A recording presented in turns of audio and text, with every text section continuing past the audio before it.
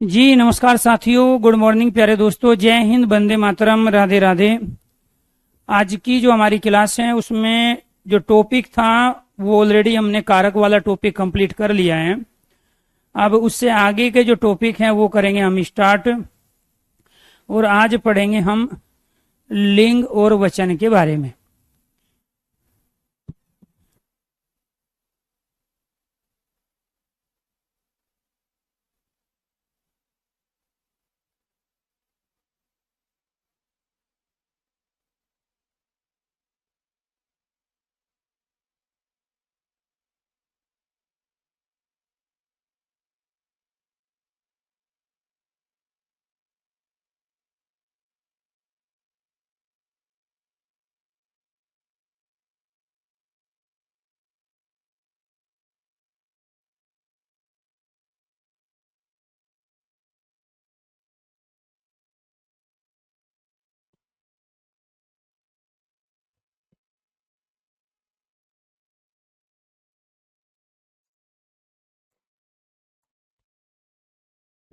आज का जो टॉपिक है हमारा वो है लिंग।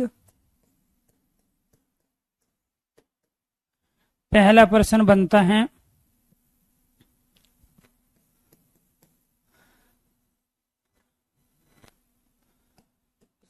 शब्द संरचना। एक ऑप्शन देगा आपको ये वाला,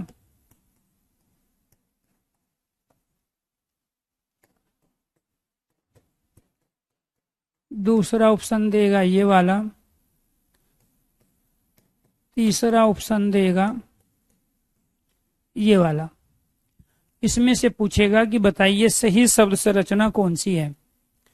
इसी को हम ये भी बोल सकते हैं कि इसकी शुद्ध वर्तनी निम्नलिखित में से क्या होगी। और राइट आंसर क्या बनेगा आपका, ये बनेगा लिंग।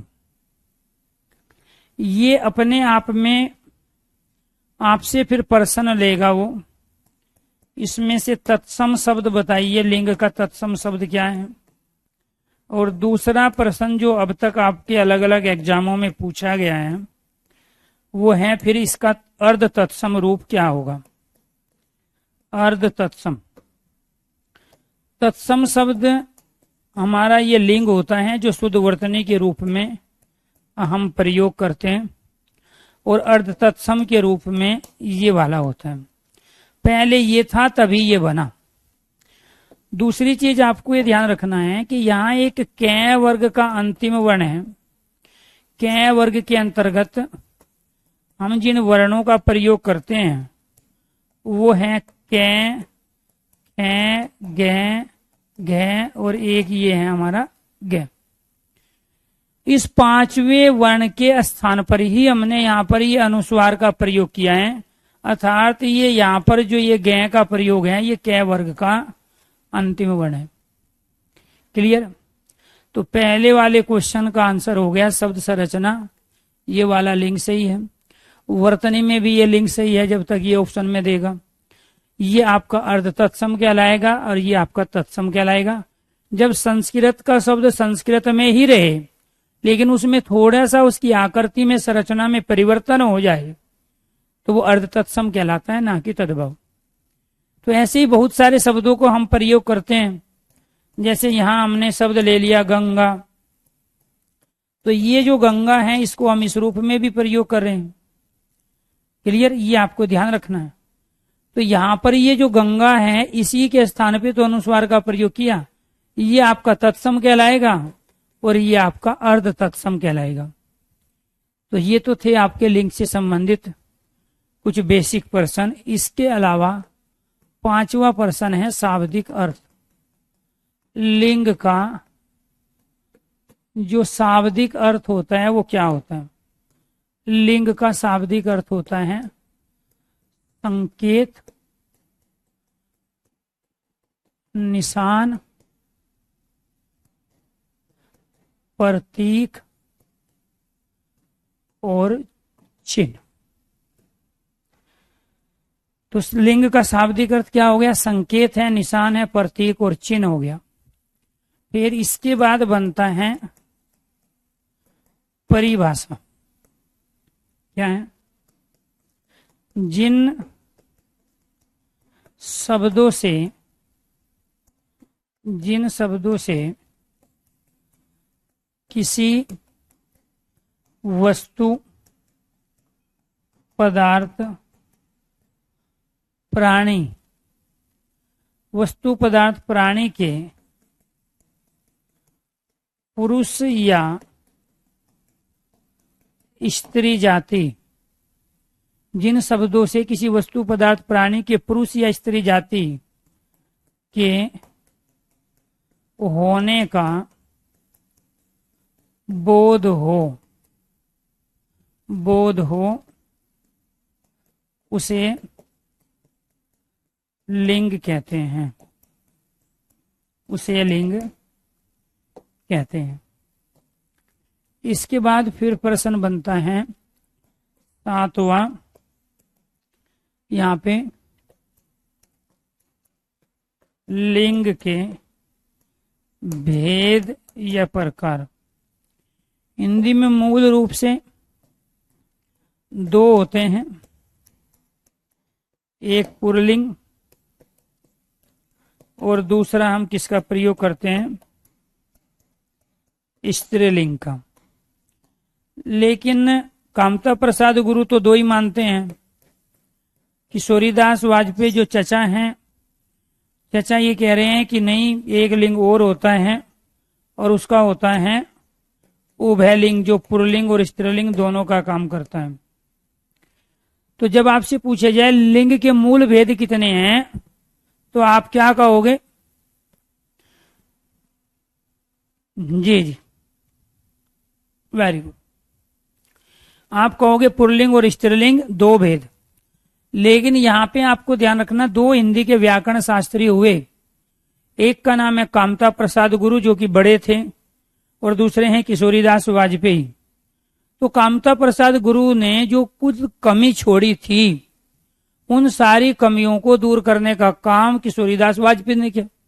अतः किशोरीदास वाजपेयी ने कामता प्रसाद गुरु की टांग खिंचाई की, वो भी अच्छी तरीके से। तो यहाँ पर इन्होंने कहा कि जितने भी शब्द हैं ये तो वो पुरुष जाति का ज्ञान कराते हैं या स्त्री जाति का, लेकिन इन्होंने ऐसे बहुत सारे एग्जाम्पल खड़े कर दिए। वो बोले कि बताओ ये पुरुष जाति है कि स्त्री है? तो फिर जैसे राष्ट्रपति है, उपराष्ट्रपति है, प्रधानमंत्री है, उप प्रधानमंत्री है, मुख्यमंत्री है, उप मुख्यमंत्री, तमाम शब्द ये उभयलिंगी कहलाते हैं। क्यों? क्योंकि उसमें पुरुष भी बन सकता है प्रधानमंत्री और स्त्री भी बन सकती है। राष्ट्रपति भी पुरुष और स्त्री दोनों हुए हैं भारत में, ऐसे प्रधानमंत्री भी पुरुष और स्त्री दोनों हुए हैं। तो ये क्या कहलाएंगे? उभयलिंगी कहलाएंगे। जब तक ऑप्शन में 3 है राइट आंसर 3, जब ऑप्शन में 3 नहीं है तो लिंग के भेद हो गए 2। अगर यहाँ तक की चीजें समझ में आ गई है, जो कि बेसिक प्रश्न है आपके लिंग से, आपको ये क्यों कराया गया? क्योंकि अब आपने कारक पढ़े हैं, उससे पहले आपने समास पढ़ा। अब यहाँ पर हमें पढ़ाने वाक्य, वाच्य और काल। और वाक्य में अशुद्धि के अनेक कारण होते हैं, उनमें से एक कारण होता है कारक चिन्ह, जिसको हम परसर्ग कहते हैं। और उसके अंदर, वाक्य के अंदर हम सामासिक पदों का प्रयोग करते हैं, जिसको हम समास कह रहे हैं। और उसके बाद वाक्य हमारी समझ में तब आएगा जब वाक्य में प्रयुक्त होने वाले शब्दों के बारे में हमें जानकारी होगी, उनके लिंग का पता। क्योंकि वाक्य में अशुद्धि का कारण लिंग और वचन भी होते हैं, कारक चिन्ह भी होते हैं। तो ये सारी चीजें एक दूसरे से जुड़ी हुई है। क्लियर? अगर यहां तक चीजें क्लियर है तो एक बार सारे स्टूडेंट ओके कीजिए, यस कीजिए। चलो जी, अब रोज की रोज यहाँ बच्चों की तरह लिखा करेंगे। ये क्लास लाइव चल रही है, रिकॉर्डिंग चल रही है। आज सावन का अंतिम सोमवार है, ठीक है। अभी 11:16 हुई है, ठीक है। सोमवार का दिन है, जिसे मंडे भी कहते हैं। और ये 11:16 इसे सुबह भी कहते हैं, प्रातः भी कहते हैं, ठीक है। इसको सवेरा भी कहते हैं, दिन भी कहते हैं। तो दिन के बजे हैं 11:16, ठीक है। और ये लाइव क्लास है। और जिसको अभी समझ में नहीं आ रहा हो कि ये लाइव या रिकॉर्डिंग है, तो 2026 में फिर पढ़ाएंगे हम एक बैच और, यही आपका, ठीक है। उसमें फिर आ जाना, आप तब पढ़ लेना, ठीक है। अभी जिनको पढ़ना है उनको पढ़ने दो, ठीक है। आगे बढ़ जाते हैं। यहाँ पे ये क्या है दोस्तों? पुल्लिंग शब्द। इसके बाद 8वां जो पर्सन बना वो बना आपका पुल्लिंग शब्द।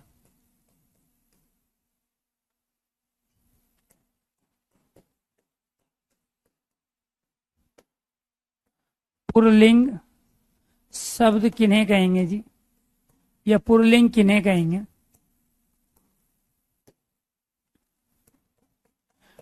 जिन शब्दों से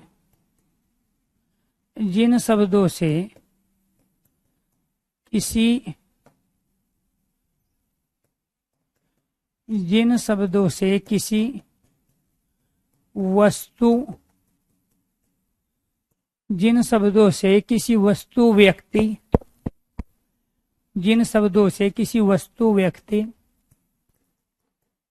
पदार्थ प्राणी के पुरुषत्व का ज्ञान हो। जैसे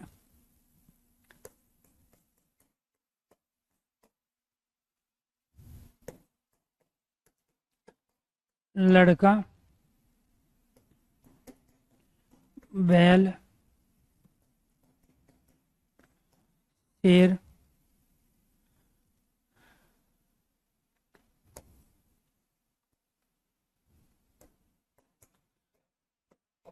हाथी, फल आदि।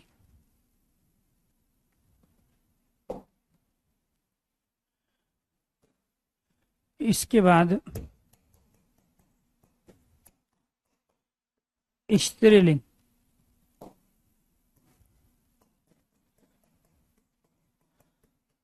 जिन शब्दों से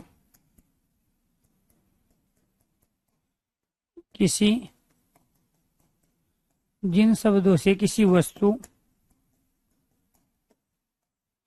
व्यक्ति, पदार्थ, प्राणी के स्त्रीत्व का बोध हो। पुरुषत्व का मतलब होता है पुरुष जाति का ज्ञान, क्लियर। और स्त्रीत्व का मतलब होता है स्त्रीत्व का ज्ञान, अर्थात स्त्री जाति का ज्ञान। जैसे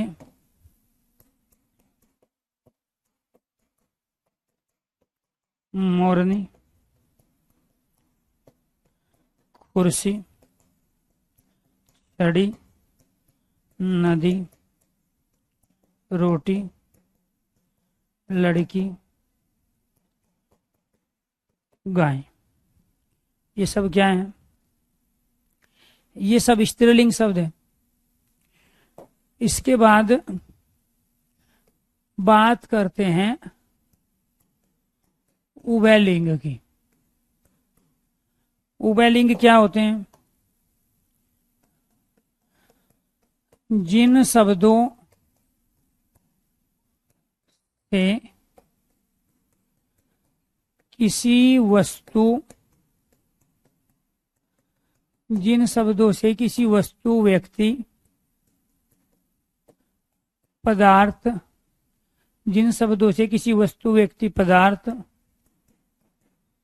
प्राणी, जिन शब्दों से किसी वस्तु, व्यक्ति, पदार्थ, प्राणी के पुरुष व स्त्री जाति दोनों का बोध हो। बोध मतलब ज्ञान कराना, समझ कराना।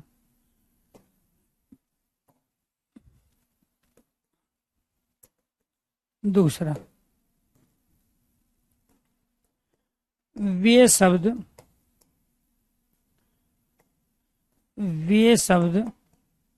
जो दोनों लिंगों में, दोनों लिंग पुल्लिंग, दोनों लिंग, पुल्लिंग व स्त्रीलिंग, पुल्लिंग व स्त्रीलिंग में समान रूप से प्रयुक्त हो, वो क्या कहलाते हैं? उभयलिंग। कैसे? जैसे राष्ट्रपति,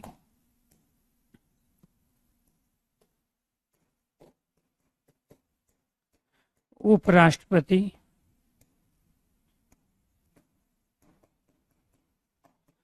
प्रधानमंत्री,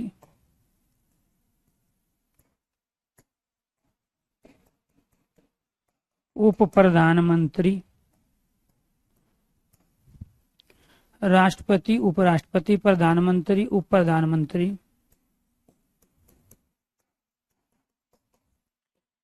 मुख्यमंत्री,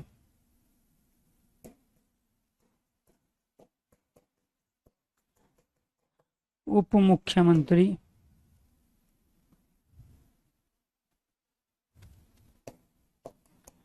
मंत्री, उपमंत्री,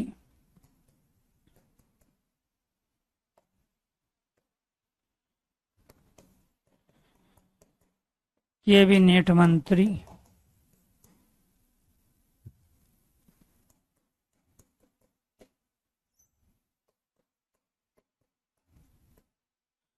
सांसद,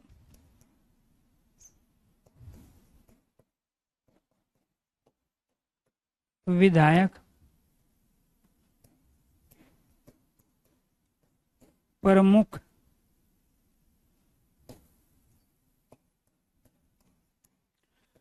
सरपंच, प्रधान, सचिव,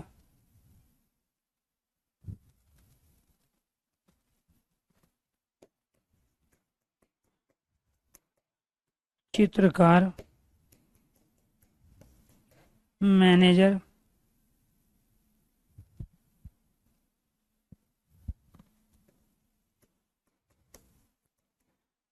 कलाकार, डॉक्टर,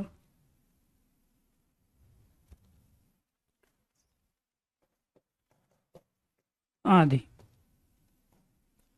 ये सब क्या कहलाते हैं? हमारे उभयलिंगी शब्द।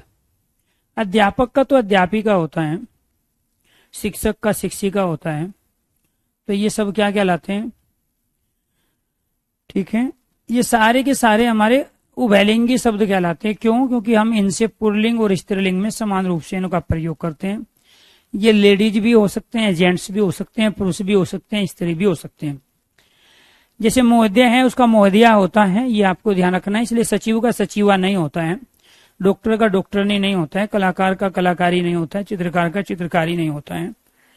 तो आपको ये ध्यान रखना है कि ये चित्रकार है, मैनेजर है, कलाकार है, डॉक्टर है, इन सब का प्रयोग हम पुल्लिंग और स्त्रीलिंग में समान रूप से कर रहे हैं, इसीलिए इनको कहते हैं उभयलिंगी।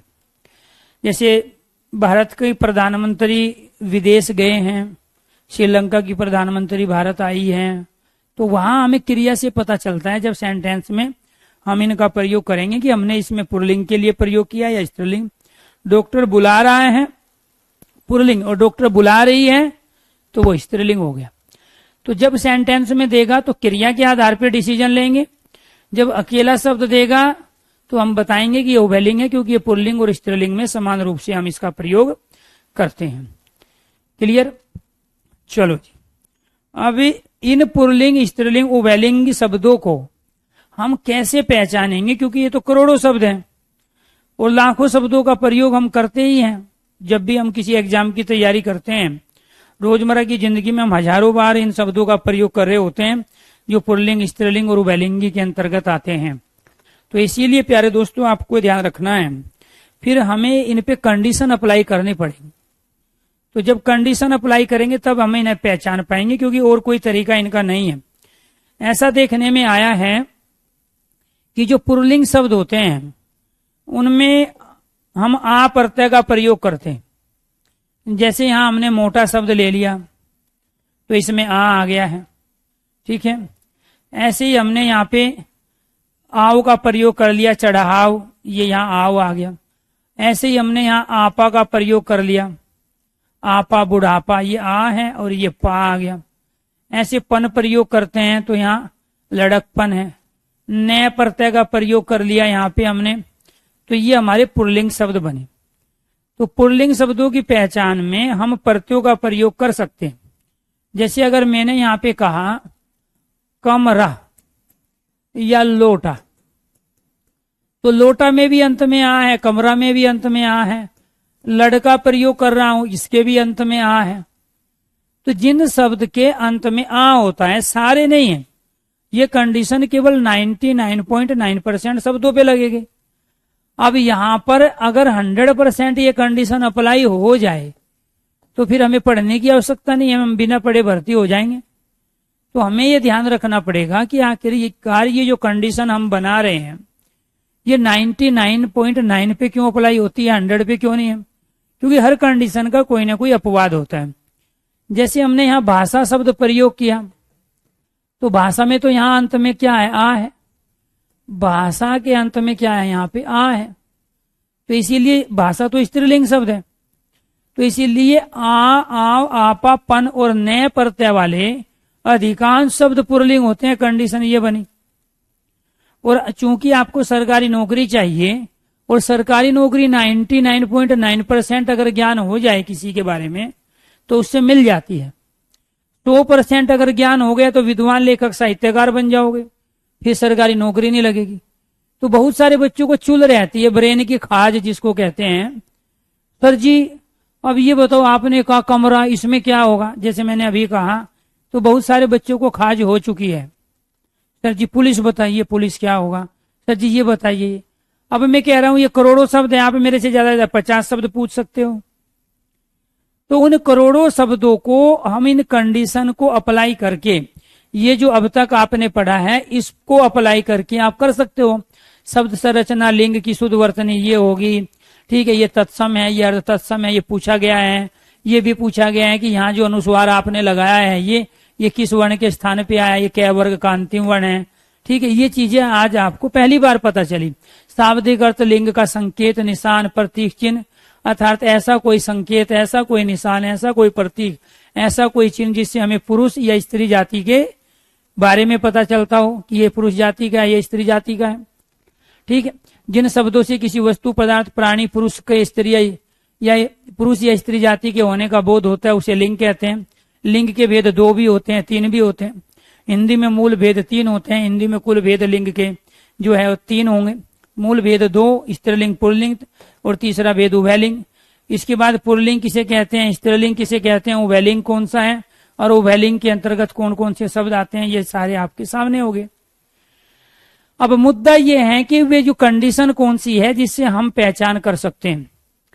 तो अगर अधिकांश शब्दों में ये देखने में आया है जो हम हिंदी में प्रयोग कर रहे हैं, चाहे वो तत्सम हो, तद्भव हो, देशी हो या विदेशी हो, जिनको हम देवनागरी की लिपि में लिखकर हिंदी में प्रयोग कर रहे हैं, अगर उनके अंत में आ, आव, आपा, पन और ए आ जाते हैं तो वो पुल्लिंग शब्द बनाते।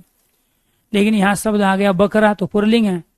ठीक, लेकिन संस्कृत में आ गया अजा, तो अज बकरा होता है, अजा बकरी होते। आ गया तो आ तो इसमें भी आया, आ इसमें भी आया। इसी वजह से कंडीशन 99.9 बन गई। भाई बकरा कह रहे तो पुल्लिंग आ गया ना हिंदी में, और बकरी कह रहे तो स्त्रीलिंग, क्योंकि ई अंत वाले अधिकांश शब्द स्त्रीलिंग के होते हैं, और वो भी 99.9%। क्योंकि मैं पानी का प्रयोग करूंगा, पानी तो पुल्लिंग है। मैं दही का प्रयोग करूंगा, दही पुल्लिंग है। मैं मोती का प्रयोग करूंगा, मोती पुल्लिंग है। मैं हाथी का प्रयोग करूंगा, हाथी पुल्लिंग है। तो इनमें भी ई अंत में आया है। लेकिन इन 2-4 शब्दों को छोड़ के बाकी 99.9% शब्दों में अगर अंत में ई आता है तो वो स्त्रीलिंग के ही शब्द बनते हैं। जैसे नदी शब्द है, ई आ गया। ठीक है, रोटी शब्द है, छड़ी है, लड़की शब्द है, ई आ गया। ठीक, एनीथिंग, बहुत सारे, कुर्सी है, लास्ट में ई आ गया, तो स्त्रीलिंग शब्द बनेंगे। अगर मैं 100 शब्द ले लूं और उनके अंत में ई है तो एक शब्द में जाके पुल्लिंग मिलेगा। तो इसका मतलब ई अंत वाले जो होते हैं वो स्त्रीलिंग है और आ अंत वाले जो है वो पुल्लिंग है। ये कंडीशन हमने बना ली सिर्फ इस कॉन्सेप्ट को समझने के परिप्रेक्ष्य में। अब मान के चलो ये कंडीशन आपको अप्लाई नहीं करनी है, सर जी हमें तो 100% वाली चाहिए, तो उसके लिए फिर तरीका एक ही है कि आप करोड़ शब्द को कुछ इस जन्म में कर लो, कुछ अगले जन्म में कर लेना, और जब मौका मिले तब सरकारी नौकरी कर लेना, और कोई तरीका ही नहीं है इसका। तो कहने का मतलब ये हुआ कि 100% अचीवमेंट कभी किसी सब्जेक्ट का किसी को हो ही नहीं सकता, ये प्रकृति का नियम है। ठीक है, मैथ वाले टीचर भी, हिंदी वाले टीचर भी पेपर में बैठेंगे तो वे सारे क्वेश्चन सही नहीं कर आएंगे, क्योंकि वहां करने में और यहां करने में जमीन आसमान का अंतर है। तो आपको इनको क्या करना है, 99.9% अप्लाई करना है। पर्वतों के जितने नाम हैं सारे के सारे पुल्लिंग होते हैं, चाहे वो भारत में हो या भारत से बाहर कोई पर्वत हो, जैसे विंध्याचल है, हिमाचल है, नीलगिरी है, धौलागिरी, एनीथिंग। जितने भी पर्वतों के नाम है सारे पुल्लिंग। जितने भी महीनों के नाम है, चैत, आषाढ़, सावन, भादो, अश्वनी, कार्तिक, मोह, फागुन, सारे के सारे पुल्लिंग। जितने भी, ध्यान से सुनना, अपनी खाज बाद में मिटवा लेना। ठीक है, तो ये आपको ध्यान रखना है, पहले जो बता रहे उस पर फोकस करना। क्योंकि आप क्या करते हो, मैं तो करा रहा हूं यहाँ पे 1,00,000 शब्दों को, और आप वही 20-22 शब्दों में जो है कंफ्यूज होके रह जाते हो। तो कोशिश करो अचीवमेंट करने की ज्यादा। तो जितने भी पर्वतों के नाम हैं, कई बार तो कंडीशन ये पूछे जाते हैं कि पर्वतों के नाम क्या है, पुल्लिंग है कि स्त्रीलिंग है, या निम्नलिखित में से स्त्रीलिंग की पहचान कौन कराते हैं। नदियों के नाम, पर्वतों के नाम, तिथियों के नाम, दिनों के नाम, इस तरह से पूछेगा वो 4 ऑप्शन देके। ठीक है, तो पर्वत जितने भी हैं पुल्लिंग, महीनों के नाम जितने हैं पुल्लिंग है। ठीक है, वो भी भारतीय पंचांग के अनुसार जो हम हिंदू कैलेंडर में प्रयोग करते हैं, चैत, आषाढ़, फागुन, सावन, भादो, ये सब। इसके बाद वार है, इतवार, सोमवार, मंगलवार, बुधवार, बृहस्पतिवार, शुक्रवार, शनिवार, पुल्लिंग है। ग्रहों के नाम पृथ्वी को छोड़ के, पृथ्वी भी एक ग्रह है लेकिन ये स्त्रीलिंग है। क्यों? क्योंकि इसके अंत में ई आया है। अब ये भी 99.9 पे अप्लाई हो गया। तो आपको ये ध्यान रखना है कि यहाँ पर्वत, मास, वार, कुछ ग्रहों के नाम क्या है, पुल्लिंग है। अब पृथ्वी को छोड़कर बाकी जो भी आ जाए, सूर्य है, चंद्र है, मंगल है, बुध है, बृहस्पति ग्रह है, यम है, वरुण है, एनीथिंग, बाकी सारे के सारे जितने भी ग्रह हैं वो हमारे पुल्लिंग हैं। लेकिन पृथ्वी भी एक ग्रह है, और ये किस में आता है, स्त्रीलिंग में आता है। क्यों आता है? क्योंकि इसके शब्द के अंत में ई लगा हुआ है, और ई अंत वाले अधिकांश शब्द हमारे स्त्रीलिंग होते हैं।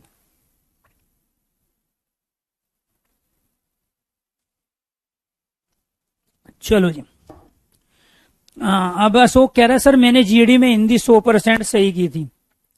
आपने क्वेश्चन किए थे सारे सही, हिंदी सही नहीं की थी, क्योंकि जीडी में तो केवल 12 टॉपिक पूछे जाते हैं। यहाँ सब्जेक्ट की बात हो रही। किसी भी सब्जेक्ट की नॉलेज किसी भी टीचर को, किसी भी स्टूडेंट को कभी 100% हो ही नहीं सकती। वो धरती का देवता बन जाएगा फिर। ठीक है, लोग उसकी पूजा करने लगेंगे। ठीक, जैसे लोग अपने जो है ना जीते जी मूर्ति बनवा लेते हैं, तो वही कमाल हो जाएगा। फिर आप क्वेश्चन तो सही कर सकते हो, 50 सही, 100 सही, ठीक है, लेकिन मेरे जैसा आदमी पेपर बनाएगा तो उसमें से 75% भी क्वेश्चन सही नहीं होंगे। तो हो सकता है वे आसान क्वेश्चन रहे होंगे, लेकिन आपकी तैयारी अच्छी हो तो क्वेश्चन हो सकते हैं 100% सही, सब्जेक्ट की नॉलेज नहीं हो सकती है। मैंने इसीलिए तो कहा कि टीचर तो कुछ पढ़ाता है, आपका दिमाग कहीं और काम कर रहा है। हम यहाँ सब्जेक्ट की बात करें और आप चले गए यहाँ क्वेश्चनों पे। इसके बाद पेड़ों के नाम जितने होते हैं वो पुल्लिंग होते हैं, लेकिन इमली का पेड़ स्त्रीलिंग है, इमली का पेड़ स्त्रीलिंग है, चमेली स्त्रीलिंग है, चमेली, तुलसी स्त्रीलिंग है, अलसी स्त्रीलिंग है। अब इनको छोड़कर, इमली, चमेली, तुलसी, अलसी के पौधों को छोड़कर, पेड़ों को छोड़कर, बाकी जो भी आ जाए दुनिया के वे सारे पेड़, सारे पौधे पुल्लिंग कहलाएंगे। मैंने कहा कि जिसका ध्यान है यहाँ पे चीजों को समझने में, सीखने में, उसको दिक्कत नहीं होगी। क्योंकि जो दिक्कत है ना, आपको दुविधा है, जैसे ये टॉपिक कंप्लीट होगा और जैसे आप हिंदी बायोनुसार चैनल पर लिंग, पुल्लिंग और स्त्रीलिंग की क्लास अटेंड कर लोगे तो आपको एक भी दिक्कत नहीं रहेगी। पीपल पुल्लिंग है, नीम पुल्लिंग है। क्यों? क्योंकि पेड़ों के नाम पुल्लिंग है। किनको छोड़कर? इमली, चमेली, तुलसी, अलसी को छोड़ के। क्यों? क्योंकि ये अपवाद है। अपवाद किसे कहते हैं? कि कोई नियम बना लेकिन किसी पर वो अप्लाई नहीं हुआ। जैसे रेड लाइट जंप करना अपने आप में कानूनन अपराध है, उसकी सजा आपको मिलेगी, चालान कटेगा। लेकिन अगर एम्बुलेंस आ रही है, वो रेड लाइट छोड़ो, रेड लाइट को तोड़ के भी जा सकती है, कोई चालान नहीं होगा। ठीक है। ऐसे पुलिस वाले हैं, कोई इमरजेंसी दूसरी है, कोई वीआईपी मूवमेंट है, रेड लाइट जंप करेगा, रेड लाइट पे रुकेगा नहीं। एक नियम बना कि रेड लाइट को जंप नहीं करना है, ठीक है, वो सब पे अप्लाई हो रहा है, लेकिन उसके लिए कुछ ऐसी चीजें हैं जिन पर वो अप्लाई नहीं हो रही है। नियम ये है कि 18 साल से कम उम्र के बच्चे को, या ये कहे कि 17.5 साल से कम उम्र के बच्चे को ग्रेजुएशन में एडमिशन नहीं मिलेगा। लेकिन अगर बच्चा गॉड गिफ्टेड चाइल्ड है, प्रतिभावान विद्यार्थी है, तो उसको वो कुलपति महोदय जो है परमिशन दे सकते हैं 12 साल में भी ग्रेजुएशन में एडमिशन लेने का। रूल ये है कि जो 3.5 साल तक या 5 साल के अंदर जो समय देगा, 3.5 से 5 साल के अंदर वो पीएचडी करेगा, वो डॉक्टर कहलाएगा, पीएचडी की डिग्री उसको मिलेगी। लेकिन अमिताभ बच्चन, शाहरुख खान, अक्षय कुमार, ये सारे के सारे पीएचडी छोड़ो, डीलिट की उपाधि ले लिए, वो भी बिना 3.5 साल दिए, उन पे अप्लाई नहीं हो रही है वो चीजें। तो कहने का मतलब ये हुआ कि यहां पर जितने भी नियम बने, कानून बने, जितने भी कंडीशन बने, वो सब पे अप्लाई नहीं होती, उसका कोई ना कोई, किसी न किसी का एक जो है उसका अपवाद रहता ही है। जो अपवाद रहता है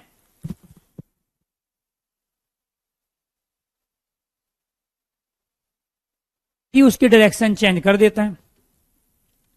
तो पीपल, नीम, आम, शीशम, सागौन और जामुन, ये सब पुल्लिंग शब्द है। ठीक है। और जब आपको ध्यान, इसमें भी ई है, इसमें भी ई है, इसमें भी ई है, इसमें भी ई है। अब आपसे आ गया लीची का पेड़, इसमें भी ई है, और बार बार कह रहे इसमें भी ई है, और बार बार हम कह रहे हैं कि ई अंत वाले अधिकांश शब्द स्त्रीलिंग होते हैं, इनमें तो किसी में ई नहीं है, इसलिए पुल्लिंग है। ये पेड़ों के नाम है इसलिए पुल्लिंग है, और ये इनके अंदर नहीं आते हैं इसलिए पुल्लिंग है। और ये चूंकि यहाँ इसके अंत में ई आते हैं तो ये क्या, स्त्रीलिंग है। और दूसरी चीज आपको ध्यान रखना है कि ये इनके पेड़ों के नामों के अपवाद हैं, इसलिए ये स्त्रीलिंग है। नेक्स्ट, अनाजों के नाम पुल्लिंग होते हैं। किसके नाम? अनाजों के नाम पुल्लिंग होते हैं। बाजरा, गेहूं, चावल, चना, मटर, जौ, उड़द। लेकिन अगर आपसे यहां पूछ ले मूंगफली, तो मूंगफली स्त्रीलिंग है। क्यों? क्योंकि यहां पे आपसे पूछ ले मक्की, स्त्रीलिंग है। अरहर स्त्रीलिंग है। ठीक है, ये आपको ध्यान रखना है। तो ये मूंगफली, मक्की है,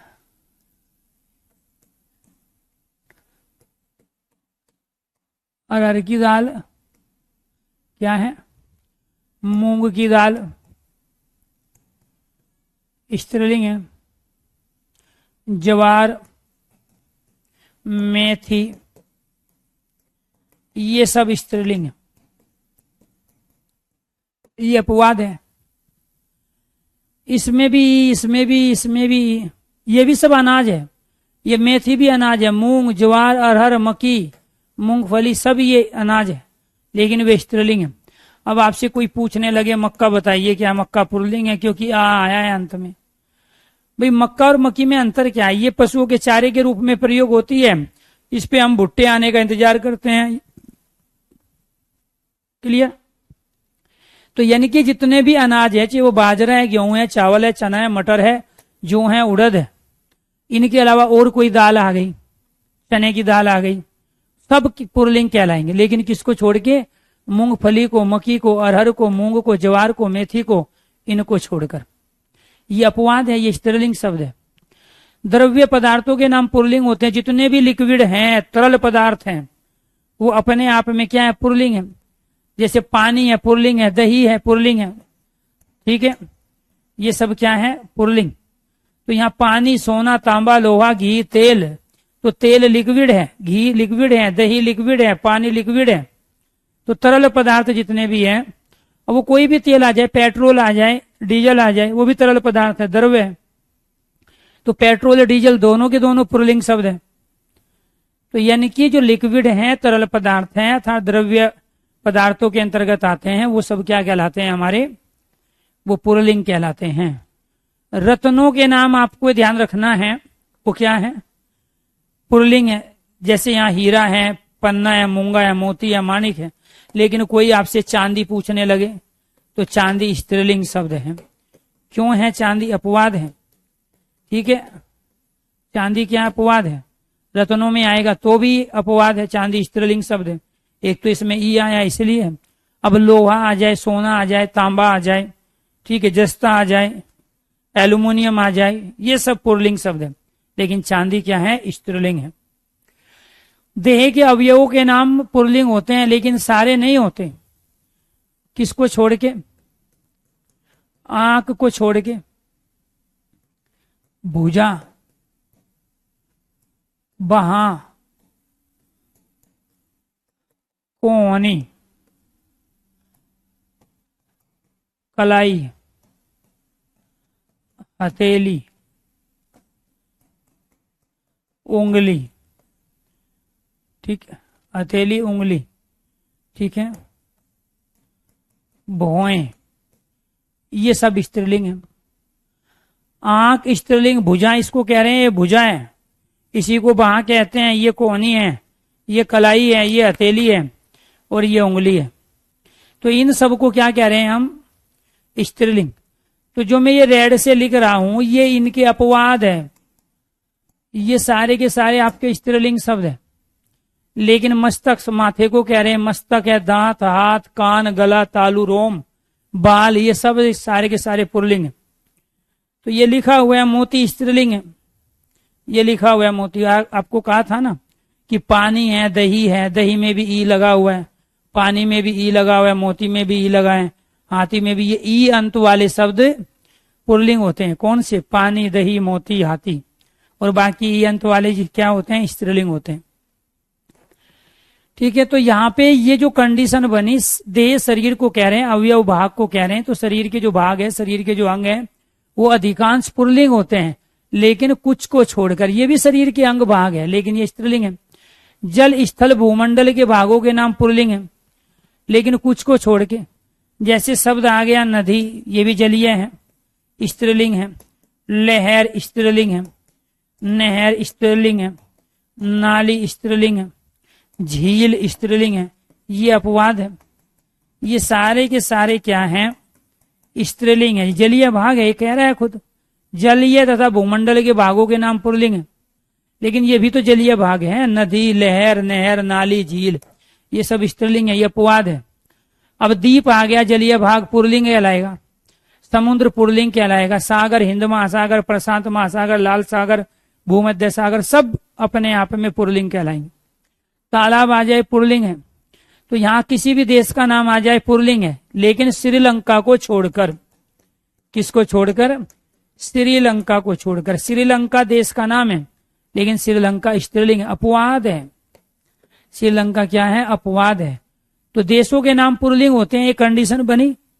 चाहे उसमें जर्मनी आए, इटली आए, इटली में भी लास्ट में ही है, जर्मनी में भी ही है। तो चाहे वो इटली हो, जर्मनी हो, फ्रांस हो, पाकिस्तान हो, नेपाल हो, भारत हो, पाकिस्तान हो, सब के सब पुल्लिंग हैं देशों के नाम, लेकिन श्रीलंका को छोड़कर। क्लियर? जलीय भागों के नाम सारे, चाहे वो समुद्र हो या फिर सरोवर हो, तालाब जिसको कहते हैं, या पाताल हो या द्वीप हो, सारे पुल्लिंग हैं, लेकिन नदी, लहर, नहर, नाली, झील को छोड़कर। ठीक है, ये आपको ध्यान रखना। वर्णमाला के अनेक अक्षरों के नाम पुल्लिंग हैं। वर्णमाला के अनेक अक्षरों के नाम क्या होते हैं? पुल्लिंग, लेकिन इनको छोड़कर। किसको?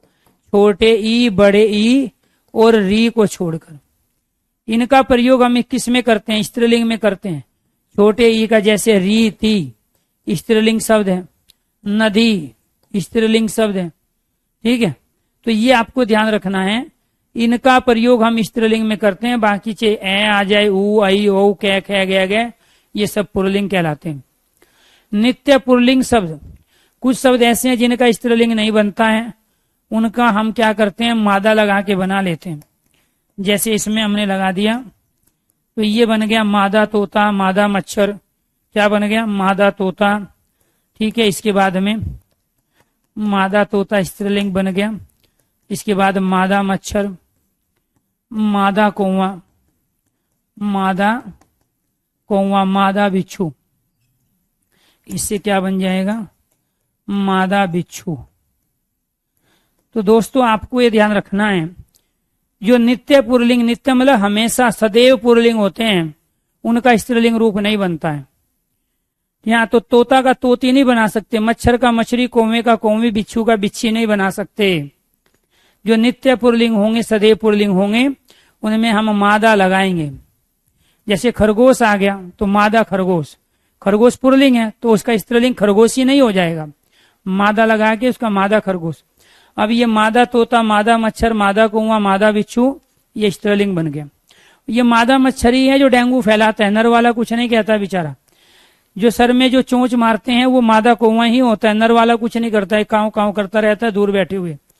मादा कौवा पिंजरे में हमेशा चुप रहेगा, लेकिन अगर कोई तोता आपको बोलता हुआ दिखाई दे तो इसका मतलब वो मादा तोता है, नर नहीं है। नर तो चुप रहता है। बोलने का जो हुनर है, ज्यादा चिल्लाने का, वो मादाओं के पास है। ठीक है, जो डेंगू फैलाते हैं वो भी मादा मच्छर है, जो चोंच मारते हैं सिर में वो भी मादा कौवा है, और जिसके काटने से इंसान बचता नहीं है, ठीक है, बुरी तरह से जो है उसको जलन होती है, तो समझ लो मादा बिच्छू ने काटा है। इसलिए मादाओं से बचना जरूरी है। तो ये आपको ध्यान रखना है। ये हमारे सब पुल्लिंग शब्द थे, ये स्त्रीलिंग। तो स्त्रीलिंग शब्दों की क्या होती है कंडीशन, उसके बारे में जानेंगे कल वाली क्लास में। तो आज के लिए इतना ही। ये पुल्लिंग शब्दों की सारी कंडीशन थी, जिसके कुछ अपवाद भी थे, ये आपको बताया गया कि नित्य पुल्लिंग से आप स्त्रीलिंग कैसे बनाओगे, ये आपको ध्यान रखना है। शरीर के अंगों में से कौन से अंग ऐसे हैं जो स्त्रीलिंग में प्रयोग करते हैं। जो जलीय भाग है, नदी, लहर, नहर, नाली, झील, इनका हम या सिर्फ देश में श्रीलंका का प्रयोग हम स्त्रीलिंग के रूप में करते हैं। ये तमाम हैं, जितने भी हमारे रत्नों के नाम है, धातुओं के नाम है, उनमें चांदी को छोड़ के सारे पुल्लिंग हैं। ये आपको ध्यान रखना है। अनाजों में मूंगफली, मक्की, अरहर, मूंग और ज्वार, मेथी को छोड़ के बाकी सारे पुल्लिंग कहलाते हैं। तो इस तरीके से ये कंडीशन थी आपकी पुल्लिंग शब्दों की। कल स्त्रीलिंग शब्दों को हम कुछ कंडीशनों के आधार पर समझेंगे। सभी दोस्तों को नमस्कार, धन्यवाद। शाम को आपकी क्लास होगी हिंदी भाई अरुण सर यूट्यूब चैनल पर 9:30